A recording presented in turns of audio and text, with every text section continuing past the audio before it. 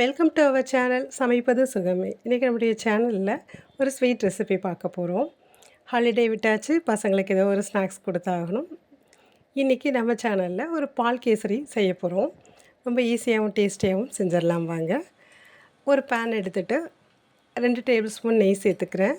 2 table spoon அளவுக்கு வாசம் இல்லாத எண்ணெயை சேர்த்துக்கிறேன். சமையல் எண்ணெயை சேர்த்துருக்கேன்.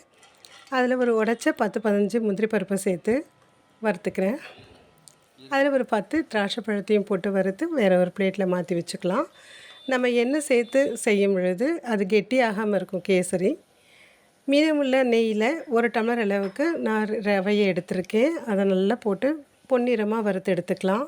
வறுத்த ரவையும் வறுத்த ரவையும் 2 நாளும் சேர்த்துக்கலாம். நல்லா இந்தளவுக்கு வறுத்து வந்த உடனே 1 டம்ளர் அளவுக்கு சூடான பால் சேர்த்துருக்கேன்.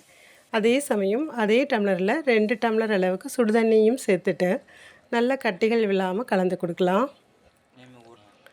நல்லா பொறுமையாக அந்தளவுக்கு கலந்து கொடுத்துட்டு ஸ்டவ் மீடியம் ஃப்ளேம்லேயே இருக்கட்டும். கட்டிகள் இல்லாமல் கலந்த பிறகு நம்ம கொஞ்சம் ஆன் பண்ணிக்கலாம்.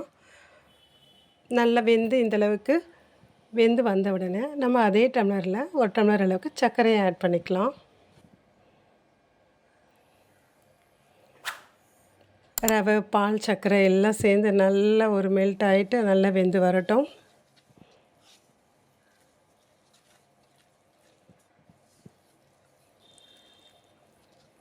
பொறுமையாக செய்யும் பொழுது இந்த ஸ்வீட்டு 24 ஹவர்ஸுக்கு மேலே கெட்டு போகாமல் அப்படியே இருக்கும். அரை டேபிள் ஸ்பூன் அளவுக்கு ஏலக்காய் தூளும் ஏற்கனவே நெய்யில் வறுத்து வச்சுருந்த முந்திரி பருப்பும் சேர்த்துக்கலாம். சேர்த்து கொடுத்துட்டு நல்லா கலந்து கொடுங்க. பாருங்கள், நல்லா சுருண்டு சுருண்டு வருது. இந்த பதத்தில் செய்யும் பொழுது கேசரி கெட்டியாகாமல் ரொம்ப நல்லாயிருக்கும். மேலே ஒரே ஒரு ஸ்பூன் அளவுக்கு நெய் சேர்த்துக்கிறேன். மொத்தம் ஒரு 3 ஸ்பூன் அளவுக்கு நெய்யும் 2 டேபிள் ஸ்பூன் அளவுக்கு எண்ணெயும் சேர்த்துருக்கேன்.